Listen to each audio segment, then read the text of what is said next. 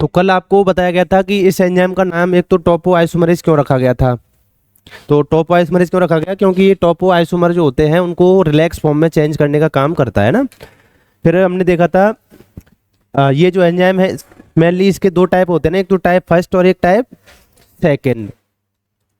तो अब थोड़ा सा लिख लेना टोपो आइसोमरेज के बारे में। ये पॉजिटिव सुपर कोइलिंग नेगेटिव तो समझ में आ गई ना। तो पॉजिटिव सुपर कोइलिंग में पर हेलिक्स में बेस पेयर का नंबर बढ़ जाता है घट जाता है, घट जाता है ना, और नेगेटिव सुपर कोइलिंग में बढ़ जाता है, ये हम देख चुके हैं।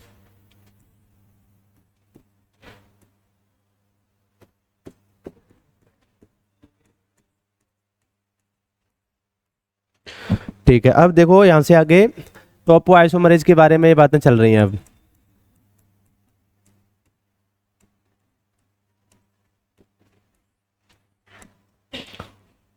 एक तो होता है टाइप फर्स्ट और दूसरा होता है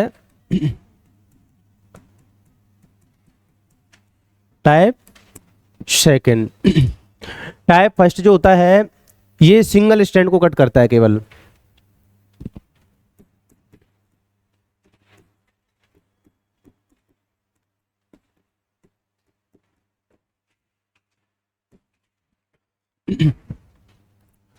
और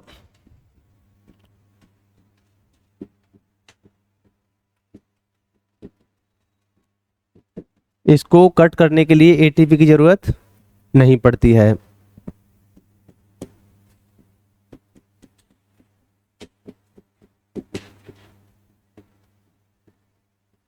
इसमें एक्सेप्शन होता है रिवर्स गायरेज, इसको एटीपी की जरूरत पड़ती है।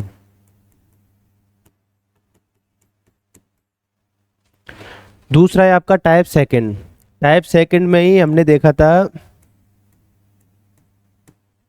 गायरेज। प्रोकैरियोट्स में टाइप सेकंड का ही टाइप है ना गायरेज। मतलब वैसे तो बहुत सारे टोपो आइसोमरेज होते हैं, जैसे first second third fourth fifth 5 6 7 8 है ना, बहुत सारे हैं।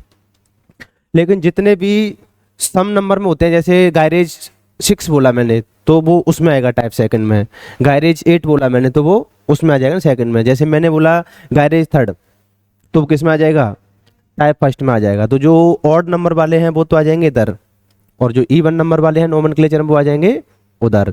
तो मेन तो दो ही टाइप हैं, टाइप फर्स्ट और टाइप सेकंड। जितने भी ऑड नंबर वाले हैं उधर रख दो, इवन नंबर वालों को इधर रख दो। तो गायरेज जो होता है ये स्पेशल प्रोकैरियोट्स में नाम होता है ना गायरेज। ये क्या करता है, सिंगल स्ट्रैंड को कट करेगा, डबल स्ट्रैंड को कट करेगा, कट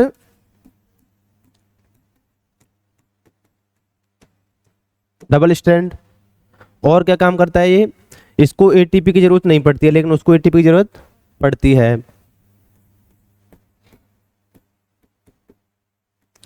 रिक्वायर एटीपी।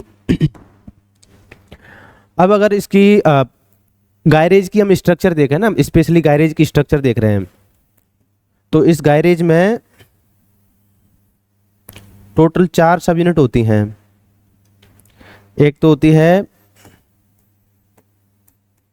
ए सब यूनिट और एक होती है बी सब यूनिट। मतलब ये दोनों आइडेंटिकल हैं और वो दोनों आइडेंटिकल हैं। तो कितने सब यूनिट से मिलकर बना है ये, 4 सब यूनिट से मिलकर बना हुआ है। 2 गायरेज ए और 2 गायरेज बी सब यूनिट होती हैं, जिसमें से इसका काम तो क्या होता है,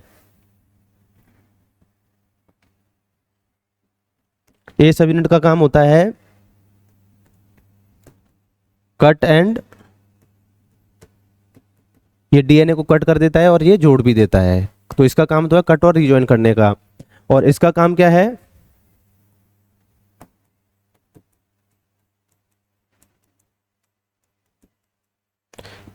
एटीपी से बाइंड करके उसको हाइड्रोलाइज करने का। मतलब ये एनर्जी प्रोवाइड कराता है ना, जो भी एनर्जी की जरूरत होती है। तो कनिष्का यहाँ पे ये जो कट और रिजॉइन करने के लिए इसको एटीपी की जरूरत नहीं होती है, इसको अपना खुद का कंफर्मेशन चेंज करना होता है ना, उसके लिए इसको एटीपी की जरूरत होती है। बाकी ऐसे स्टेटमेंट आ जाए ना कभी कि डीएनए को कट और रिजॉइन करना हो तो एटीपी की जरूरत पड़ेगी या नहीं पड़ेगी, तो उस कंडीशन में जरूरत नहीं पड़ती है। लेकिन इसको खुद का कंफर्मेशन चेंज करना पड़ता है ना एंजाइम को, तो उसके लिए इसको एटीपी की जरूरत पड़ती है। बाकी एक्चुअल में जहाँ पर बॉन्ड बनता है और टूटता है उस जगह पे एटीपी की नीड नहीं होती है। ये उस एनर्जी को सेव कर लेता है। जैसे बॉन्ड कट होगा तो एनर्जी रिलीज होगी और जोड़ेगा तो उसको एनर्जी की जरूरत पड़ेगी, तो उसी एनर्जी को यूटिलाइज कर लेता है ये।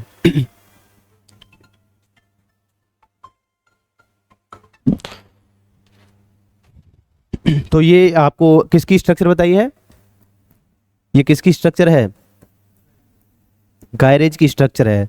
तो गायरेज 4 सब यूनिट से मिलकर बना हुआ एक एंजाइम है जिसमें 2 गायरेज ए सब यूनिट और 2 गायरेज बी सब यूनिट होती हैं। अब अपने पास में कुछ ड्रग होते हैं, जैसे एक ड्रग है ये नैलीडिक्सिक एसिड,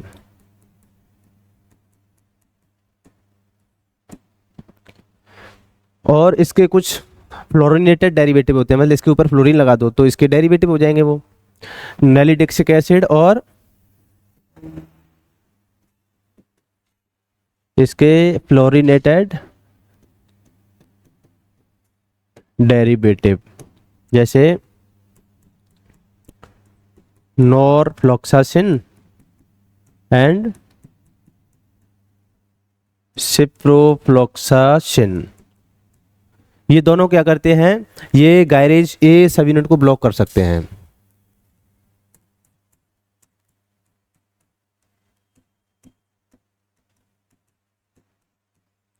अब गायरेज ए सब यूनिट जब ब्लॉक हो जाएगी तो बताओ टॉप आइसोमरेज काम कर पाएगा, उसका काम क्या था, कट और रीजन करने का था, उसको क्या कर देगा, ये ब्लॉक कर देगा। दूसरा होता है आपका नोवोबायोसिन, ये क्या करता है, ये blocks gyrase B subunit. तो क्या इसके बिना भी काम कर पाएगा टॉप आइसोमरेज, एक बार तो कट रीजन कर देगा लेकिन अब उसको अपना कन्फर्मेशन चेंज करना पड़ेगा, तो उसके लिए किसकी जरूरत पड़ेगी, एटीपी को हाइड्रोलाइज करने की। अब ये क्या कर देता है, गायरेज बी सब यूनिट को ब्लॉक कर देता है, तो एटीपी से बाइंड और उसको हाइड्रोलाइज नहीं कर पाएगा, तो कुल मिला के टॉप आइसोमरेज काम नहीं करेगा। तो कुल मिला के टॉप आइसोमरेज के ब्लॉकर हैं दोनों के दोनों, है ना। तो अब ये बताओ क्या बिना टॉप आइसोमरेज के काम किए रेप्लिकेशन हो सकता है, पॉसिबल ही नहीं बिना टॉप आइसोमरेज के, तो इसके बिना रेप्लिकेशन नहीं हो पाएगा। अब जब रेप्लिकेशन नहीं होगा तो आपको पता है किसी का मल्टीप्लिकेशन भी नहीं होगा, कोई भी मल्टीप्लिकेशन करता है अपना नंबर बढ़ाता है तो उसको रेप्लिकेशन भी करना पड़ेगा। जैसे कोई बैक्टीरिया है उसको 1 से 2 करने हैं तो अपने डॉटर सेल को डीएनए भी तो डबल करके देना पड़ेगा ना। अब रेप्लिकेशन ही नहीं होगा तो उसका फिर आगे जाके मल्टीप्लिकेशन भी रुक जाएगा। तो ये जो दोनों है ना, नॉरफ्लॉक्सासिन और सिप्रोफ्लॉक्सासिन, ये एंटीबायोटिक हैं दोनों के दोनों ही। बहुत सारे ड्रग आते हैं, कभी आपने पढ़ने की कोशिश नहीं की होगी या शायद किसी ने सुना होगा नाम, तो सुना भी होगा, नॉरफ्लॉक्सासिन और सिप्रोफ्लॉक्सासिन, ये दोनों के दोनों क्या हैं, एंटीबायोटिक हैं। तो वो ट्यूब वगैरह आता है ना इसका, तो उसमें एक छोटी सी पर्ची भी आती है इंस्ट्रक्शन की, उस पर लिखा हुआ आता है तब उसमें मोड ऑफ एक्शन, मतलब ये ड्रग काम कैसे करता है। तो जब आप उसको पढ़ोगे तो उस पर बिल्कुल लिखा हुआ आएगा कि ये किसको ब्लॉक करता है, टॉप आइसोमरेज को ब्लॉक करता है या हेलिकेज को ब्लॉक करता है, ऐसे लिखा हुआ आता है उस पर। तो समझ में आ गया इसका मोड ऑफ एक्शन का क्या होगा। अब ये जो है ना, जब आप जैसे मान लो आप फार्मेसी कर रहे हो भले, है ना, जब फार्मेसी पढ़ोगे तो ये सारी बातें वहाँ पे आपको रेप्लिकेशन, ट्रांसक्रिप्शन, ट्रांसलेशन जो भी है ना, वो सारे आपको पढ़ना पड़ता है। जैसे सेल बायोलॉजी है जो आप पढ़ रहे हो वही सेम टू सेम फार्मेसी वालों को पढ़नी पड़ती है, क्योंकि यही उनका बेसिक्स है। कोई भी ड्रग डिजाइन होता है तो ड्रग हम आपको पता है पैथोजन के लिए तो बनाते हैं, जैसे उसमें बैक्टीरिया है, वायरस है, तो पहले हमको ये तो पता रहना चाहिए कि ये जिंदा किस वजह से है, बैक्टीरिया को या वायरस को जिंदा रहने के लिए क्या क्या चाहिए। तो आपको पता है रेप्लिकेशन, ट्रांसक्रिप्शन, ट्रांसलेशन, तो उसकी बेसिक मैकेनिज्म है, ये तो चलेंगी उसमें। अब ये देखो कि इसके रेप्लिकेशन में कौन कौन सी प्रोटीन जरूरी है, तो उसमें से किसी एक प्रोटीन को ब्लॉक कर दो बस, तो क्या हो जाएगा, रेप्लिकेशन रुक जाएगा। ट्रांसलेशन में इतनी सारी प्रोटीन काम में आती हैं, किसी एक प्रोटीन को ब्लॉक कर दो बस, तो ट्रांसलेशन के बिना भी जिंदा नहीं रह पाएगा वो। तो कुल मिला के हम क्यों पढ़ते हैं ये मोल बायो या सेल बायो, तो हमें उससे कोई भी पैथोजन होता है हमें पता लगता है कि एक्चुअल में सर्वाइव किस वजह से कर पा रहा है। तो किसी एक प्रोटीन को ब्लॉक कर दो बस, और एक प्रोटीन को ब्लॉक करते ही वायरस बैक्टीरिया खत्म। तो अब समझ में आ गया, ये गायरेज जो होता है ये स्पेशल बैक्टीरिया में मिलता है। गायरेज जो नाम है ना, स्पेशल प्रोकैरियोट्स का ही है गायरेज नाम। तो ये यूकैरियोट्स को ब्लॉक नहीं करेंगे, है ना, ये वाले ड्रग। मान लो आप खा रहे हो, आपके अंदर भी तो रेप्लिकेशन चल रहा है ना, तो अगर कल को आपका ब्लॉक कर दिया तो आपका भी तो ब्लॉक हो सकता है ना। तो ये स्पेशली गायरेज को ही ब्लॉक करता है, अपने यूकैरियोट्स वाले को ब्लॉक नहीं करता। और आपको पता है एंटीबायोटिक की डेफिनेशन क्या होती है, जो माइक्रो ऑर्गेनिज्म से तो प्राप्त होते हैं और माइक्रो ऑर्गेनिज्म पर ही काम करते हैं, तो अपने पे काम नहीं करेंगे ना वो। अपन उसको ले भी लेते हैं तो अपनी मशीनरी को अफेक्ट नहीं करेंगे, वो जो माइक्रो ऑर्गेनिज्म होते हैं उनको ही मारेंगे बस। उसको हम क्या बोलते हैं, एंटीबायोटिक बोलते हैं। तो समझ में आ गया ना, वो स्पेशली अंतर जानते हैं यूकैरियोटिक और प्रोकैरियोटिक एंजाइम्स में। तो ये स्पेशल किसके लिए बने हुए हैं, प्रोकैरियोट के टोपोआइसोमरेज के लिए बने हुए हैं, जिसका नाम है गायरेज। समझ में आ गई बात। तो अब इसको बना लिया जाए बनाओ इस वाले को।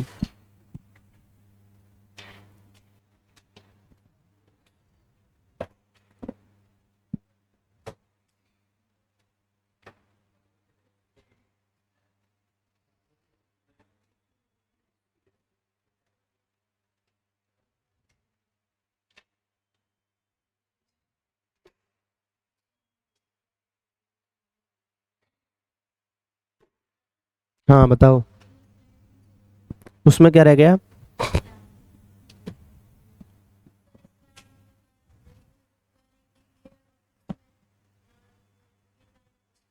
हम्म, इसमें इसको काम करने के लिए एटीपी की जरूरत नहीं पड़ती है, लेकिन ये लिखा हुआ है इसमें एक एक्सेप्शन होता है, रिवर्स गायरेज। मतलब ये टाइप फर्स्ट ही है, लेकिन इसको एटीपी की जरूरत पड़ती है। वैसे टाइप फर्स्ट आ जाए तो एटीपी की जरूरत नहीं है, लेकिन रिवर्स गायरेज है वो भी एक टाइप फर्स्ट का ही है, लेकिन उसको एटीपी की जरूरत पड़ती है। एक्चुअली में इसको जरूरत क्यों पड़ती है, ये उल्टा काम करता है। ये तो क्या करता है, पॉजिटिव सुपर कोइलिंग को रिमूव करेगा, और ये उल्टा पॉजिटिव सुपर कोइलिंग करके जाता है, इंट्रोड्यूस करता है ना पॉजिटिव सुपर कोइलिंग। तो ये उल्टा काम करता है, तो इसको जरूरत पड़ती है, लेकिन टाइप है टाइप फर्स्ट का ही।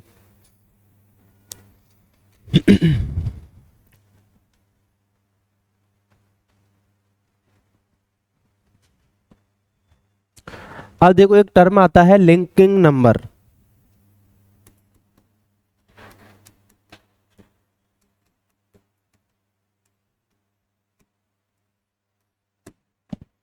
लिंकिंग नंबर क्या होता है पहले समझो ना, इसमें एक वो लिख देता हूं मैं।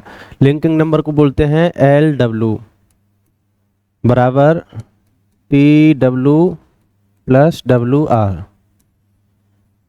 टी डब्ल्यू को हम बोलते हैं ट्विस्ट, और इसको बोलते हैं रिद। देखो दोनों में क्या डिफरेंस होता है। हेलो,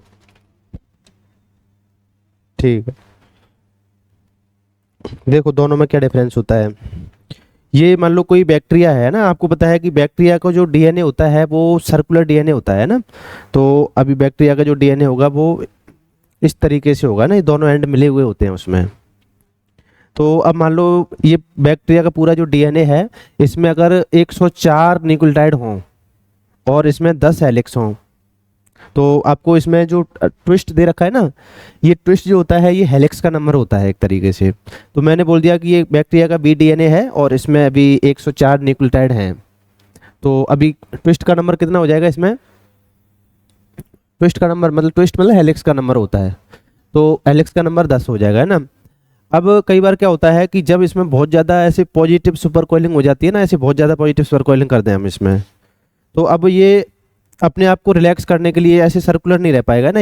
अगर मैं इसको सर्कुलर करने की कोशिश करूँ ऐसे ना, तो सर्कुलर नहीं होगा। अब ये क्या करेगा, अपने आप को रिलैक्स करने के लिए ऐसे बैंड हो जाएगा, मतलब ऐसे, है ना। और भी ऐसे कई बार बैंड हो सकता है। तो एक बार जब बैंड हुआ तो एक बार यहाँ पे देखो ये टच हुआ, तो जितनी बार ये टोटल टच होता है उसको हम बोलते हैं रिद का नंबर।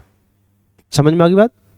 ये तो सर्कुलर है, जब रिलैक्स कंडीशन में होगा तो ऐसे सर्कुलर रहेगा, लेकिन जब आप इसको बहुत ज़्यादा पॉजिटिव सुपर कोयल कर दोगे तो ये ऐसे सर्कुलर नहीं रह पाएगा। अब इसको आप सर्कुलर करने की कोशिश करोगे, लेकिन ये सर्कुलर रहेगा नहीं, है ना। ऐसे टच टच होने की कोशिश करेगा, ऐसे अपने आप को रिलैक्स करने की कोशिश करेगा। तो जितनी बार टच होगा, जितनी जगह पे टच होगा, वो होता है नंबर ऑफ रिद। अभी जैसे मान लो एक जगह पे टच हुआ, अगर इसमें मैं और ज़्यादा पॉजिटिव सुपर कोइलिंग कर देता तो ये और 2-3 जगह पे टच हो जाता है ऐसे, तो उसको हम क्या बोलते हैं, नंबर ऑफ रिद। तो जो आपका लिंकिंग नंबर होता है वो किस किस से निकलता है, ट्विस्ट और रिद दोनों को जोड़ के निकलता है। इसमें आपको कुछ भी दिमाग नहीं लगाना होता, आपको 2 वैल्यू दे रखी होंगी ना ऑलरेडी, मतलब इस पर न्यूमेरिकल टाइप का क्वेश्चन आता है, तो इसमें से आपको 2 वैल्यू कोई भी दे रखी होंगी। अगर आपको ट्विस्ट और रिद दे रखा है तब तो ऐड कर दो सीधा सीधा, या फिर आपको जैसे मान लो ट्विस्ट निकालना है तो क्या हो जाएगा, L W minus W R हो जाएगा। समझ में आ गई बात। तो आपको कोई भी दो वैल्यू इसमें दे रखी होंगी, तीसरी वैल्यू आपको अपने आप निकल के आ जाएगी सामने। तो ये फॉर्मूला नोट कर लो आप, है ना, लिंकिंग नंबर का। समझ में आ गया ना। वैसे होता क्या है ट्विस्ट और ट्विस्ट तो होता है नंबर ऑफ हेलिक्स।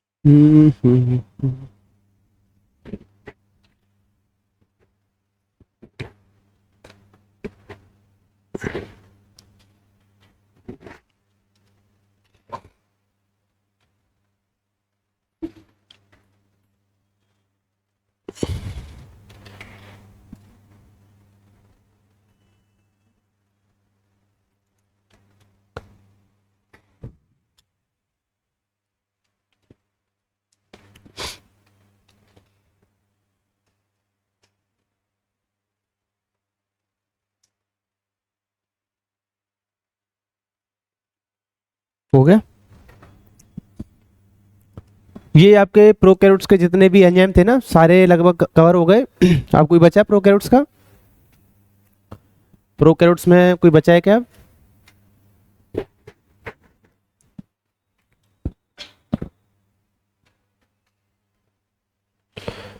हो गए ना सारे कवर। एक बार यूकैरियोट्स के डीएनए पॉलीमरेज और लिख लो, है ना, यहीं पे।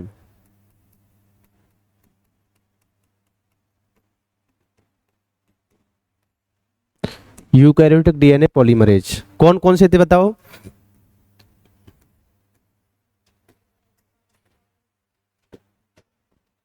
अल्फा, बीटा, गामा, डेल्टा और एप्सिलॉन। अल्फा जो होता है ये किस काम में आता है बताओ? काम बताया था आपको, ये प्राइमेज का काम करता है ना यूकैरियोट्स में।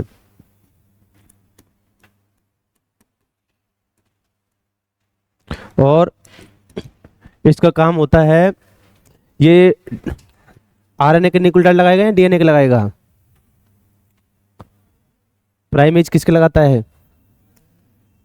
आरएनए के लगा के जाता है। तो ये आरएनए, उसको बोलते हैं हम आई आरएनए, और एक होता है आई डीएनए। मतलब ये आरएनए के न्यूक्लियोटाइड भी लगा सकता है और डीएनए के न्यूक्लियोटाइड भी लगा सकता है। तो जो आरएनए के न्यूक्लियोटाइड लगा के जाता है उनको तो हम बोलते हैं आई आरएनए। आई का मतलब यहाँ पे इनिशियल से है, शुरुआत में लगा के जा रहा है ना, इसलिए। और जो कुछ डीएनए के भी लगाता है उसको हम क्या बोलते हैं? उस डीएनए को आई डीएनए, इनिशियल डीएनए। तो शुरुआत करके फिर ये तो चला जाता है, फिर बाद में कौन आ जाता है? बाद में आ जाता है आपका डेल्टा। तो इसमें जो मेन रेप्लिकेटिंग है वो कौन सा है? डीएनए पॉलीमरेज डेल्टा होता है।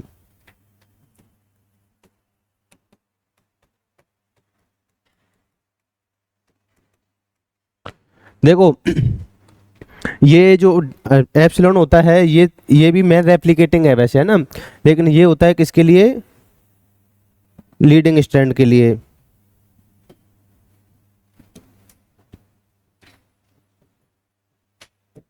और ये किसके लिए होता है? लैगिंग स्ट्रैंड के लिए।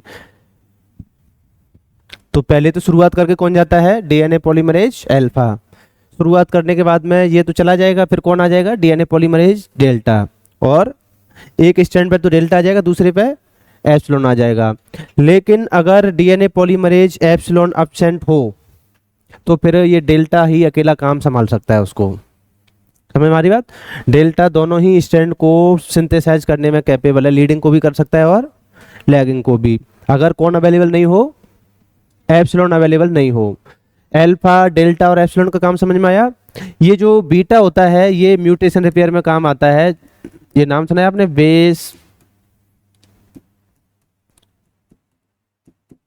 Base excision repair. एक न्यूक्लियोटाइड एक्सीजन रिपेयर होता है, एक बेस एक्सीजन रिपेयर होता है। म्यूटेशन हो जाता है, उस न्यूक्लियोटाइड बेस को ही हम कट कर देते हैं, दूसरा लगा देते हैं उसकी जगह पे। तो उसमें कौन काम आता है? DNA polymerase beta. और ये जो गामा है ये यूकैरियोट्स में जो माइटोकॉन्ड्रिया होती है ना, माइटोकॉन्ड्रिया में तो डीएनए होता है ना, तो माइटोकॉन्ड्रिया के डीएनए का रेप्लिकेशन करके कौन सा डीएनए पॉलीमरेज जाएगा? गामा। पांचों का रोल समझ में आ गया। अल्फा शुरुआत करने के लिए आता है, कुछ आरएनए के न्यूक्लियोटाइड लगाता है, उसके बाद में कुछ डीएनए के लगाता है, फिर वहां से डिसोसिएट हो जाएगा। तो जो आरएनए के लगाता है उसको तो हम बोलते हैं आई आरएनए, और जो डीएनए के लगाता है उसको बोलते हैं हम आई डीएनए। फिर उसके बाद में आता है डेल्टा। डेल्टा होता है लैगिंग स्ट्रैंड के लिए और एप्सिलॉन होता है लीडिंग के लिए। लेकिन अगर एप्सिलॉन अगर एब्सेंट हो तो डेल्टा दोनों स्ट्रैंड को सिंथेसाइज कर सकता है। फिर आता है आपका बीटा। बीटा किस काम में आता है? अच्छा और गामा माइटोकॉन्ड्रिया में। एक अपने पास में ड्रग होता है एफिडाइकोलिन। ये क्या करता है? ब्लॉक करता है ये अल्फा, डेल्टा और एप्सिलॉन को। ब्लॉक का साइन ये होता है ना, मतलब ये एंटीबायोटिक नहीं है, ये कोई टॉक्सिक है। ये बीटा गामा को ब्लॉक नहीं करता, अल्फा, डेल्टा और स्पेशल एप्सिलॉन को ही ब्लॉक करता है। तो ये यूकैरियोट्स को डीएनए पॉलीमरेज को रोक देता है।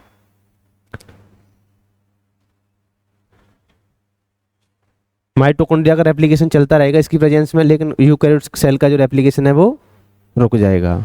तो ये बना लो ना, यूकैरियोट्स के डीएनए पॉलीमरेज हैं ये। तो ये आपके रेप्लिकेशन में काम आने वाले जितने भी एंजाइम्स थे वो कंप्लीट हो चुके हैं। अब 2 मिनट रिवाइज करोगे मेरे साथ एंजाइम्स को? हमने शुरुआत की थी है ना, जैसे अपने को सबसे पहले डीएनए पॉलीमरेज ही चाहिए ना रेप्लिकेशन में। तो डीएनए पॉलीमरेज जो प्रोकैरियोट्स होते हैं उनमें 5 टाइप का होता है, फर्स्ट, सेकंड, थर्ड, फोर्थ और फिफ्थ। ऐसे यूकैरियोट्स में 5 टाइप का होता है, आपके सामने लिखे हुए नाम, अल्फा, बीटा, गामा, डेल्टा और एप्सिलॉन। दोनों में 5-5 टाइप का हो गया ना। फिर उसके बाद में हमने देखा था डीएनए पॉलीमरेज खुद से डीएनए के ऊपर आके बाइंड नहीं हो पाता है, तो इसको बाइंड कराने के लिए एक लोडर की जरूरत पड़ेगी। तो प्रोकैरियोट्स में लोडर कौन होता है? Beta clamp. और यूकैरियोट्स में पीसीएनए, प्रोलिफरेटिव सेल न्यूक्लियर एंटीजन। ठीक है। अब जो बीटा क्लैम्प लोडर है उनके पास में एटीपीएज एक्टिविटी नहीं होती है, तो उसके लिए हम लेके आते हैं प्रोकैरियोट्स में तो गामा क्लैम्प लोडर, और यूकैरियोट्स में लेके आते हैं आरएफसी। जो गामा क्लैम्प लोडर होता है उसके पास में टोटल 5 टाइप की सब यूनिट होती हैं। कौन कौन सी? 3 होती है, 5 या 5 गामा क्लैम्प लोडर के पास में, गामा, काई, साई, डेल्टा और डेल्टा प्राइम। 3 किसके पास में देख लिया आपने? ये तो डीएनए पॉलीमरेज थर्ड था ना, मेन कोर एंजाइम था, उसके पास में थी 3। ठीक है। फिर उसके बाद में हम और आगे चलते हैं। तो जो आपका हेलिकेज होता है प्रोकैरियोट्स में, तो क्या नाम होता है हेलिकेज का? DNA B. और यूकैरियोट्स में MCM, mini chromosome maintenance protein. फिर हेलिकेज को लोड कराने के लिए हमें किसकी जरूरत पड़ती है? हेलिकेज लोडर की। तो प्रोकैरियोट्स में हेलिकेज लोडर कौन होता है? डीएनए सी। यूकैरियोट्स में कौन होता है? CDC6। ठीक है, इसको भी लोड करा दिया। अब जो डीएनए पॉलीमरेज है ये रेप्लिकेशन तो कर सकता है, लेकिन ये शुरुआत नहीं कर सकता। तो शुरुआत करने के लिए हमें जरूरत पड़ेगी प्राइमेज की। तो प्रोकैरियोट्स में प्राइमेज का काम कौन करता है? डीएनए जी। और यूकैरियोट्स में कौन करेगा? DNA polymerase alpha. फिर उसके बाद में हमें जो प्राइमर हमने लगाया अभी अभी, उस प्राइमर को हमें हटाना भी पड़ेगा। तो प्राइमर को हटाने के लिए प्रोकैरियोट्स में कौन आएगा? डीएनए पॉलीमरेज फर्स्ट, और यूकैरियोट्स में FEN मतलब फ्लैप एंडोन्यूक्लियस। अब जो प्राइमर हमने हटाया है तो जो खाली जगह बच गई है उसको भरना भी पड़ेगा, उसको हम गैप फिलिंग बोलेंगे।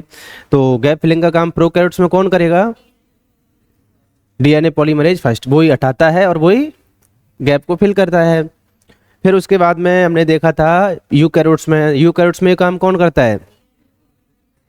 DNA polymerase delta. फिर जो ओकाजा की फ्रेगमेंट बचते हैं उनको हमें ज्वाइन करना होता है, उसको हम बोलते हैं निक सीलिंग। तो निक सीलिंग का काम कौन करेगा? लाइगेज। प्रोकैरियोट्स में भी लाइगेज और यूकैरियोट्स में भी लाइगेज, इसमें तो कोई दिक्कत वाली बात नहीं है।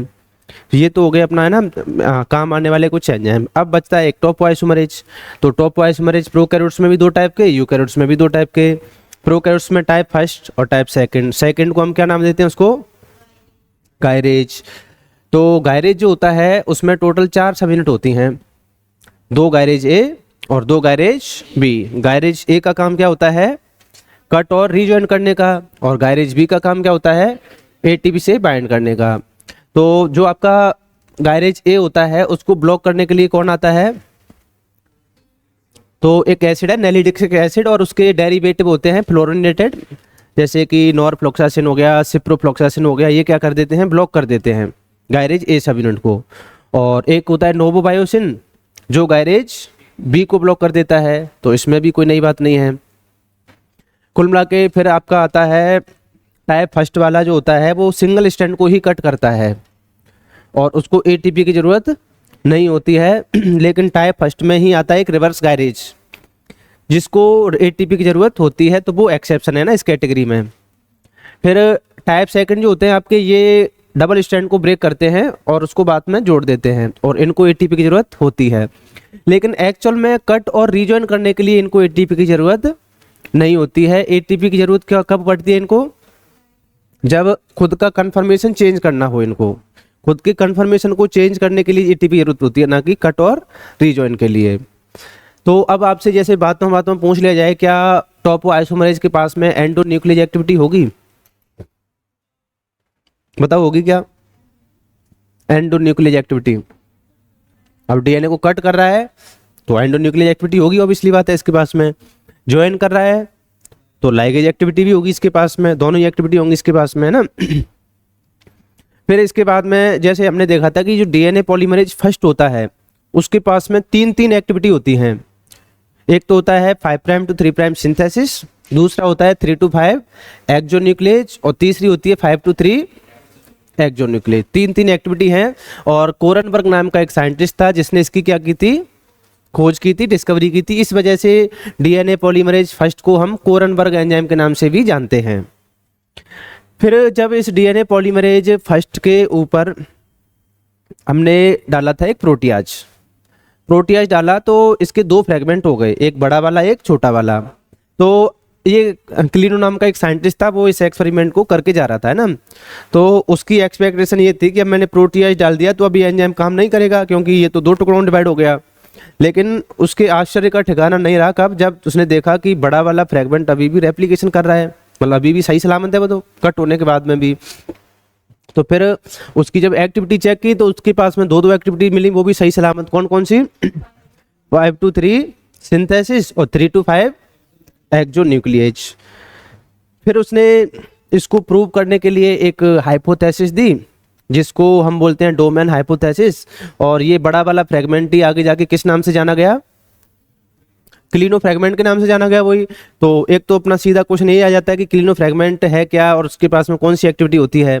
तो क्लिनो फ्रेगमेंट कोई अलग से नहीं है, DNA पॉलीमरेज फर्स्ट का ही एक लार्ज वाला डोमेन है ना, उसके पास में 2 एक्टिविटी मिलती हैं। तो यहाँ तो क्वेश्चन आएगा कि कौन सी एक्टिविटी मिलती है, यहाँ आएगा कौन सी एक्टिविटी नहीं मिलती है। तो आपको तो ये पता नहीं चाहिए कौन सी मिलती है ना, जो नहीं मिलती है वो अपने आप पता लग जाएगा फिर। फिर उसके बाद में क्लिनो फ्रेगमेंट क्लियर हो गया अपना। फिर डोमेन हाइपोथेसिस दी कि एक्चुअल में ऐसा हुआ कैसे था। तो उसने बताया कि जब 3 या 3 से ज़्यादा ग्लाइसिन किसी प्रोटीन में एक साथ आ जाते हैं तो वहाँ पे बीच में एक हिंज रीजन बन जाता है जिससे प्रोटीन की 2 अलग अलग फोल्डिंग बन जाती हैं, और उन दो अलग अलग फोल्डिंग को हम क्या नाम दे देते हैं, डोमेन नाम दे देते हैं। तो डोमेन जो होते हैं वो प्रोटीन की इंडिपेंडेंट फोल्डिंग्स हैं। अगर आप एक डोमेन में म्यूटेशन करते हो तो उसका दूसरे वाले डोमेन पे कोई भी फर्क नहीं पड़ता है। तो domains are independent foldings of a protein, mutation in one domain does not alter the activity of another domain. ये हो गया ना क्लियर। अब उसके बाद में बताया था कि जो हिंज रीजन होता है वो ग्लाइसिन रिच होता है ना, उसमें कौन से अमीनो एसिड ज़्यादा मिलेंगे, ग्लाइसिन ज़्यादा मिलेंगे। तो ये अपना हिंज रीजन की कहानी हो गई। इस तरीके से है ना डोमेन बन गया अपना। फिर उसके बाद में और आगे चलते हैं तो अपना डीएनए पॉलीमरेज सेकंड आ जाता है। अब ये भी मैंने आपको बता दिया था कि एक्चुअल में सेकंड जो होता है वो म्यूटेशन में काम आएगा, थर्ड वाला मेन रेप्लिकेटिंग होता है ना, 4 और 5 पे भी ज़्यादा फोकस नहीं करना है, वो भी है ना म्यूटेशन वगैरह में काम आएंगे। तो थर्ड को थोड़ा सा देख लेते हैं ना। जो डीएनए पॉलीमरेज थर्ड होता है उसके पास में 3 सब यूनिट होती हैं, अल्फा बीटा, कहाँ से आ गया अभी, अल्फा एप्सिलॉन और थीटा। अल्फा के पास में होती है 5 प्राइम टू 3 प्राइम सिंथेसिस वाली एक्टिविटी, और एप्सिलॉन के पास में होती है 3 prime to 5 prime exonuclease वाली एक्टिविटी, और थीटा के पास में कुछ नहीं होता, वो उसकी एक्टिविटी को एनहांस करके जाती है, बढ़ा के जाती है ना एप्सिलॉन की एक्टिविटी को। इस छोटे से पार्ट को हम बोलते हैं कोर पॉलीमरेज थर्ड। अब ये जो कोर पॉलीमरेज थर्ड होता है ये दोनों स्ट्रैंड के आपस में जुड़े हुए रहते हैं। कौन सी प्रोटीन के द्वारा, एक टॉप प्रोटीन होती है, टॉप प्रोटीन इनको ब्रिज करने का, लिंक करने का काम करती है ना टॉप प्रोटीन। तो ये तो हो गया टॉप प्रोटीन काम। लेकिन इनको लोड कराने के लिए हमें एक लोडर लाना पड़ा था, बीटा क्लैम्प, वो भी इसके साथ अटैच रहता है। बीटा क्लैम्प जो होता है वो एक डाइमेरिक होता है ना, 2 सब यूनिट से मिलकर बना होता है। फिर उसके बाद में बीटा क्लैम्प को भी लोड कराने के लिए कौन आया था, गामा क्लैम्प लोडर। तो उसमें सब यूनिट थी अपनी कौन सी, गामा। गामा क्लैम्प लोडर में गामा तो होगी गामा, काई, साई, डेल्टा और डेल्टा प्राइम। तो ये जो पूरा कंप्लीट मिलके बनता है दोनों स्ट्रैंड का मिला के, इसको हम बोलते हैं होलो एंजाइम। ये है पूरा अपना डीएनए पॉलीमरेज थर्ड। कितने टाइप की सब यूनिट होती हैं इसमें, 10 टाइप की होती हैं। कौन कौन सी होंगी, देखो अल्फा एप्सिलॉन थीटा, फिर बीटा, फिर आपकी टॉप प्रोटीन आ गई है, 5 तो ये हो गई है ना, फिर 5 उसमें हो गई अपने गामा क्लैम्प लोडर में। तो उसमें गामा, काई, साई, डेल्टा और डेल्टा प्राइम, टोटल ऐसे 10 टाइप की सब यूनिट हो जाती हैं इसमें। ये अपना होलो एंजाइम बन जाता है। अब इन दोनों में कुछ टाइम तक झगड़ा भी हुआ था, डीएनए पॉलीमरेज फर्स्ट में और थर्ड में। फर्स्ट बोल रहा था कि मैं मेन रेप्लिकेटिंग एंजाइम बनूंगा क्योंकि मेरे पास में ज़्यादा टाइप की एक्टिविटी हैं। थर्ड के पास में 2 ही एक्टिविटी होती हैं और फर्स्ट के पास में 3 एक्टिविटी होती हैं।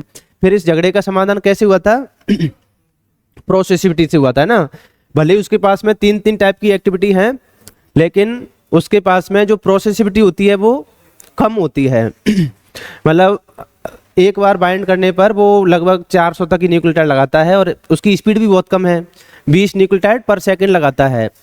और जो अपना डीएनए पॉलीमरेज थर्ड है वो 50,000 तक एक बार में लगा देता है, और 1 सेकंड में कितने लगाता है, 1000 न्यूक्लियोटाइड है ना पर सेकंड लगाता है।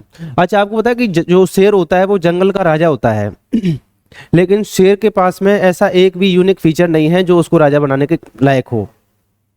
एक भी ऐसा यूनिक फीचर नहीं होता। जैसे कि शेर जंगल का सबसे बड़ा जानवर नहीं है, शेर जंगल का सबसे बड़ा जानवर नहीं है, शेर जंगल का सबसे बुद्धिमान जानवर नहीं है, शेर जंगल का सबसे ताकतवर जानवर भी नहीं है, शेर में सबसे ज़्यादा ऐसे छल भी नहीं होता, और शेर जंगल का सबसे निडर आदमी भी नहीं है, सबसे निडर भी नहीं होता है ना, आप ऐसे समझते हो।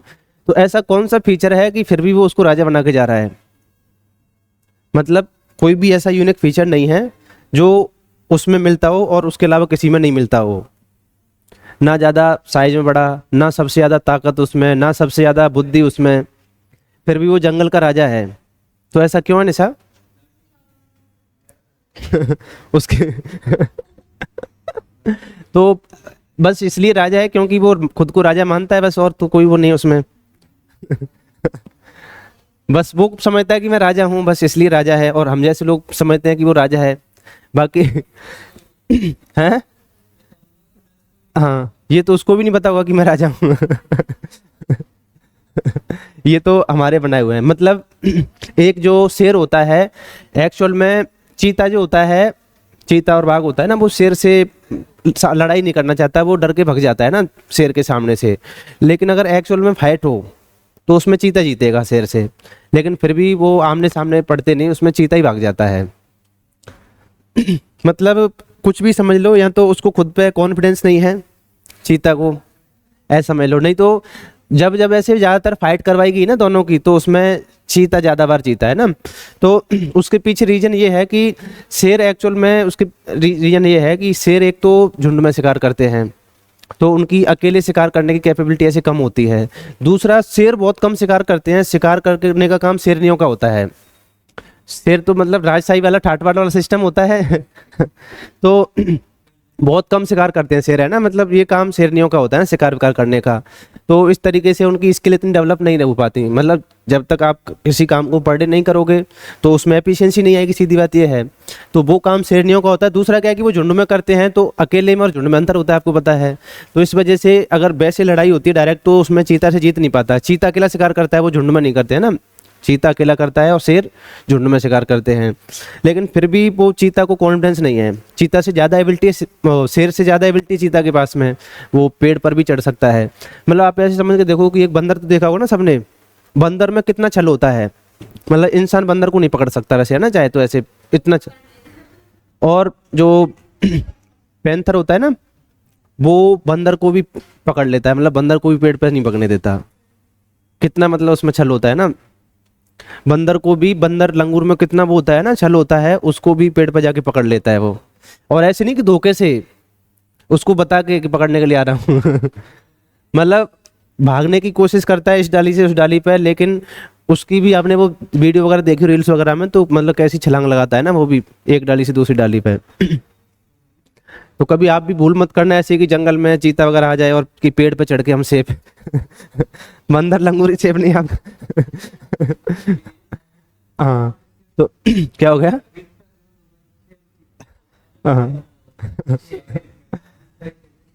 चलो, हाँ तो अब ये वाली कहानी समझ में आ गई आपको। तो ये आपका हो गया ना। फिर हमने हेलिकेज के बारे में देखा था ना, तो प्रोकैरियोट्स में तो डीएनए भी था और उसमें एमसीएम था, और एक एसएसबी प्रोटीन और होती है, जो दोनों स्टैंड है वो वापस से री एंडिंग नहीं कर लें, इसके रोकने के लिए कौन सी प्रोटीन आती है? एसएसबी प्रोटीन आती है। उसका काम होता है सिंगल स्टैंड पर बाइंड करना, और कोऑपरेटिव मैनर में बाइंड करती है वो, और टेट्रामेरिक फॉर्म में एक्टिव रहती है वो, मतलब 4 सब यूनिट मिलकर ना काम करती हैं उसकी और कोई एंजाइम बचा इसके बाद में अब जो आपको समझ में नहीं आया हो? सारे एंजाइम हो गए लगभग, कोई एंजाइम नहीं बचा ना।